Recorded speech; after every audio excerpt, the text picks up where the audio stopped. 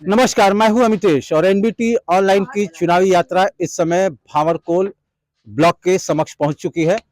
अगर बात करें भावरकोल की तो ये बलिया संसदीय क्षेत्र का हिस्सा है। गाजीपुर की दो विधानसभा मोहम्मदाबाद और जहूराबाद बलिया लोकसभा क्षेत्र के अंतर्गत आती है।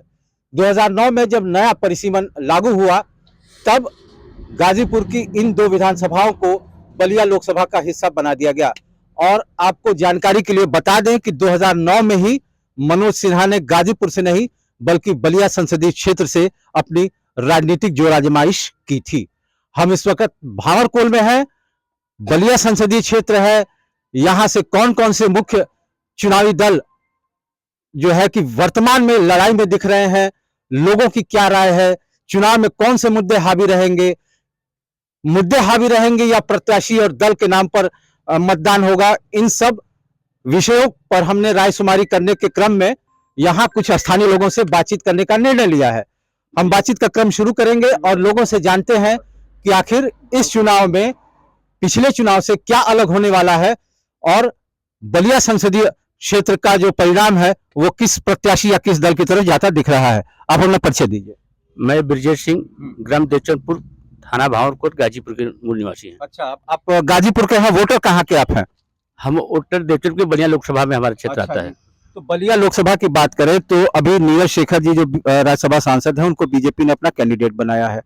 सपा के भी कैंडिडेट घोषित हो गए हैं, बीएसपी के भी कैंडिडेट घोषित हो गए हैं। सपा ने सनातन पांडे जो कि पिछली बार सेकेंड पोल किए थे उनको फिर एक बार चुनावी मैदान में उतारा है।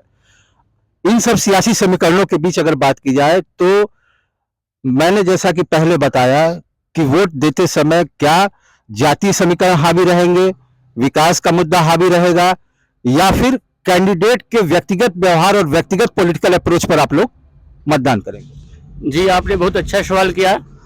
पहली बात तो हमारे पार्टी के साथ जो प्रत्याशी है उसका भी मुद्दा हावी रहेगा यहाँ पे। अच्छा। क्योंकि 10 साल पहले से इस क्षेत्र का प्रतिनिधित्व कर चुके हैं और उदारवादी चेहरा है, उदारवादी काम करते हैं। दूसरी बात, योगी जी के नेतृत्व में आप उनके राज्यसभा के कार्यकाल की बात कर रहे हैं? नहीं, उससे पहले लोकसभा के भी सांसद थे वो 9 से 14। उसमें हर गांव में उनके नाम से एक शिलापट लगा था। लेकिन पार्टी दूसरी थी। अच्छा।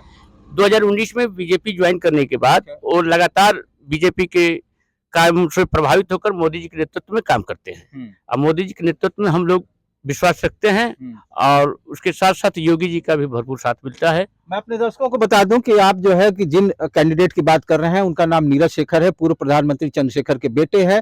समाजवादी पार्टी से एक टर्म वह लोकसभा का चुनाव जीतने के बाद सांसद रह चुके हैं और बाई पोल जब हुआ था, जब चंद्रशेखर जी की मृत्यु हुई थी तो उस बाई इलेक्शन में भी समाजवादी पार्टी के सपोर्ट से वह जीतने में कामयाब हुए थे।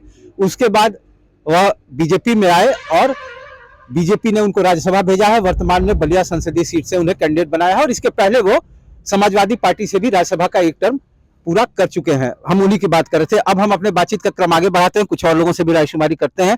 आप अपना परिचय दीजिए। मेरा नाम नीतीश सिंह है। अच्छा, नीतीश जी कहाँ के? यहीं के स्थानीय रहने वाले? हम यहीं से है, देवचंदपुर से। हम पेशे से इंजीनियर हैं। अच्छा। आईबीएम में हम जॉब करते हैं। तो बलिया संसदीय क्षेत्र के वोटर हैं? जी जी जी। अच्छा, तो क्या लग रहा है किस दल की तरफ बयार बहती दिख रही है? यहाँ पे पहले तो पूरे इंडिया में ही बीजेपी का बयार है, आप देख सकते हैं जहाँ जहाँ बात की होंगे। बट खासकर यहाँ पे बलिया में जिससे भी बात करेंगे न वो जाति देख रहा है, न धर्म देख रहा है, न समुदाय देख रहा है, एक नाम नीरज शेखर। अच्छा, ऐसा क्यों है? आप बीजेपी के सपोर्टर हैं सिर्फ इसलिए आप कह रहे हैं? मैं खुद ही मतलब सीएम का जब भी उम्मीदवारी होती है तो हम लोग को लगता है कि सीएम अखिलेश यादव भी बहुत अच्छे हैं। अच्छा। जब राज्य का चुनाव होता है। अच्छा। बट जब सेंटर का नेतृत्व का बात आता है तो पूरे वर्ल्ड को पता है कि मोदी जी से बड़ा कोई लीडर नहीं है। अच्छा, पूरे वर्ल्ड का आपने कैसे बता दिया? आप इंडिया में रह के वर्ल्ड का कैसे आप? जैसे अगर आप देश के आंतरिक मामलों की बात करें, जहाँ पे सुरक्षा की बात हो, जब एक्सटर्नल अफेयर की आप बात कर रहे हैं, जहाँ पे जैसे मैं आईटी में हूँ तो मुझे पता है कि बाहरी देशों में हम लोग को कितना प्रभुत्व मिलता है। कहीं गए हम लोग, बदलाव आया आईटी सेक्टर के लिहाज से थोड़ा बातचीत कर लेते हैं, क्या चेंज हुआ है? आईटी सेक्टर में अभी हम बात करें तो जैसे कोरोना पीरियड के बाद जितने लोग जॉब में है अभी, जितने आईटी लोग से बात करेंगे तो कोरोना के में सारे जॉब्स कम हो गए। जो आईटी के लोग हैं वो डबल सैलरी पे बूम हुए, सबको वर्क फ्रॉम होम की फैसिलिटी दी गई, और जितने नेटवर्क के जो सेटअप हुआ, तो आज भी बहुत सारे जो इंडिया के गांव के लोग हैं, इसके समानांतर तो ये भी कहा जा रहा है कि बहुत सारे लोगों को बेंच कर रहे हैं, बहुत सारे वेंचर्स बंद हो रहे हैं आईटी के। ऐसा नहीं है। मैं जितने लोगों को जानता हूँ, मेरा भी 10 साल एक्सपीरियंस है और मैं एक अच्छे पैकेज पे काम कर रहा हूँ, और मुझे पता है कि मैं मेरे दोस्ती में यहाँ मिर्जाबाद में कम से कम 12 से 14 लड़के हैं जो अच्छे IBM में है, विप्रो में है, इन्फोसिस में है, और वो लोग वर्क फ्रॉम होम ही कर रहे हैं और अच्छा जॉब। थोड़ा सियासत में आते हैं, तो प्रोफेशनल बातचीत हो गई। बलिया संसदीय सीट की अगर बात करें तो आप बीजेपी सपोर्टर हैं, आप बीजेपी को वोट देंगे, आपने इस बात को स्पष्ट कह दिया, लेकिन इसके अलावा आपको क्या लगता है कि चुनाव में विकास से जुड़े कौन कौन से मुद्दे चुनावी दलों को अपने घोषणा पत्र में शामिल करना चाहिए और उस पर जीतने के बाद काम करना चाहिए? देखिए, पहली बात जो आप लोग बोले मैं उसे खंडन कर रहा हूँ। मैं बीजेपी माइंडेड नहीं हूँ। मैं एक न्यूट्रल व्यक्ति हूँ। मेरा जॉब पे प्रोफेशनल हूँ। मैं बस चुनाव में आया हूँ तो मैं वोट दूंगा, और मैं नीरज शेखर को वोट दूंगा। और यहाँ से उठाएंगे आप गाड़ी, और यहाँ से लेके आप पहुंच जाइए यहाँ कोटवा नारायणपुर तक, और इधर पहुंच जाइए गौसपुर तक।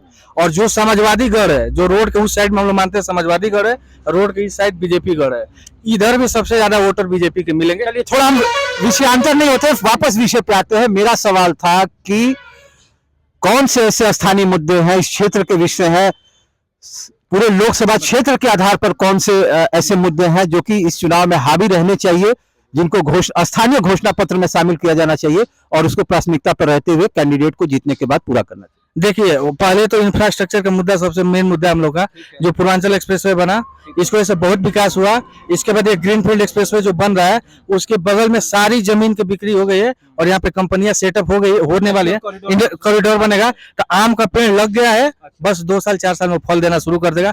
इसके बाद जितने यहाँ के गाँव है, घर है, जितने लोग है, सबका खुद का डेवलपमेंट होगा। इसके अलावा यहाँ से 2 किलोमीटर आगे जाएंगे तो एक मंडी है, जिसका सब्जी पूरे भारत में ट्रेवल करता है, हर जगह, पातालगंगा चट्टी। तो ये इंफ्रास्ट्रक्चर के बाद यहाँ के जो किसान है, डायरेक्ट विपक्ष तो घेर रहा कह रहा है कि साहब किस बात पे हम इनको मांगे कि ठीक है, महंगाई बढ़ गई, रोजगार नहीं मिला, 15 लाख वापस देने का वादा किया, कुछ एक ढेला नहीं आया। विपक्ष तो सरकार को घेर रही है अलग अलग मुद्दों पे, क्या कहेंगे? महंगाई के बारे में मैं आपको बता दूं कि जो लोग आज महंगाई की बात कर रहे हैं वो सबसे ज्यादा सुखी है। और जो वो गरीबी के मेरे पापा बताते हैं, इंडेक्स क्या है आपके पास ऐसा कहने के लिए कि जो लोग महंगाई की बात कर रहे हैं? देखिए, मेरे पापा बताते हैं कि उनके जमाने में बाजरे की रोटी भी नहीं मिलती थी।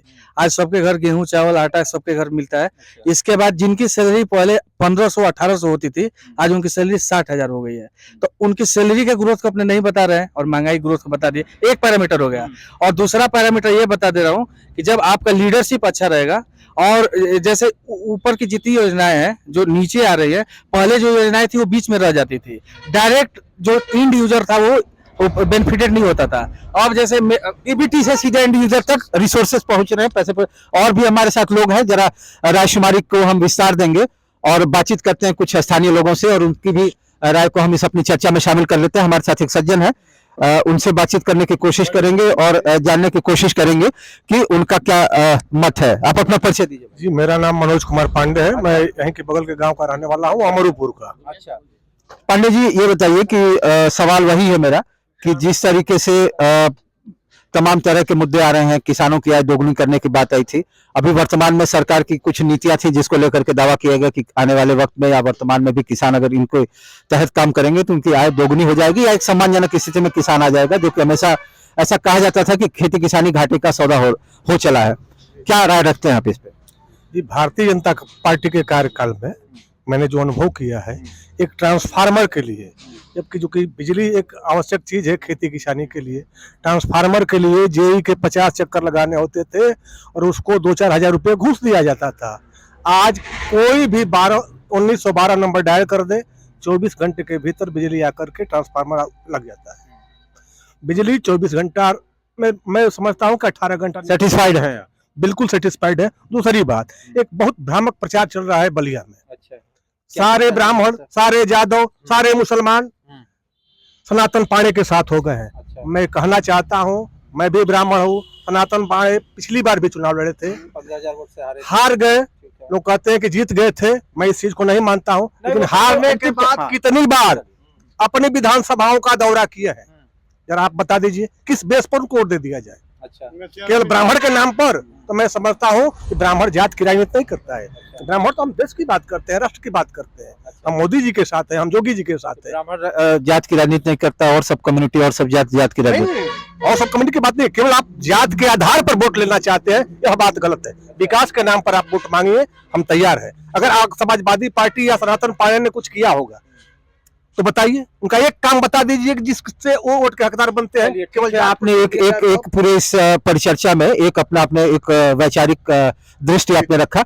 अब मैं आपसे ये सीधे सवाल करने का मेरा तात्पर्य है और मैं चाहूंगा कि आप सीधे जवाब दीजिए कि एक वोटर के तौर पर आपका असेसमेंट क्या बता रहा है कि परिणाम बलिया संसदीय सीट का क्या रहने वाला है?